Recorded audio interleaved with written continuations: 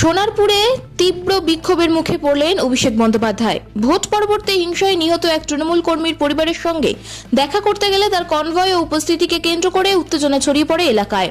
অভিযোগ, স্থানীয় বিক্ষোভকারীরা তাকে লক্ষ্য করে ডিম ও জুতো ছোড়েন এবং চোর চোর স্লোগান দিতে থাকেন।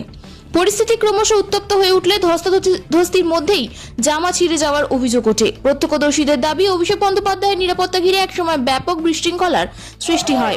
পরিস্থিতি নিয়ন্ত্রণে আনতে পুলিশ ও নিরাপত্তা রক্ষীরা তাকে ঘিরে ফেলেন। বিক্ষোভের তীব্রতা থেকে রক্ষা করতে শেষ পর্যন্ত তার মাথায় হেলমেট পরিয়ে নিরাপদ স্থানে সরিয়ে নিয়ে যাওয়া হয় বলে জানা গিয়েছে।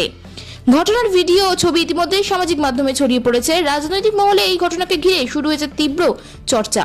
শাসক ও বিরোধী শিবিরের মধ্যে দোষারোপের রাজনীতিও তুঙ্গে উঠেছে। তবে ঘটনাকে কেন্দ্র করে এলাকায় এখনও উত্তেজনা বজায় রয়েছে বলে স্থানীয় সূত্রে খবর। Bureau report, 24x7 news Bengal.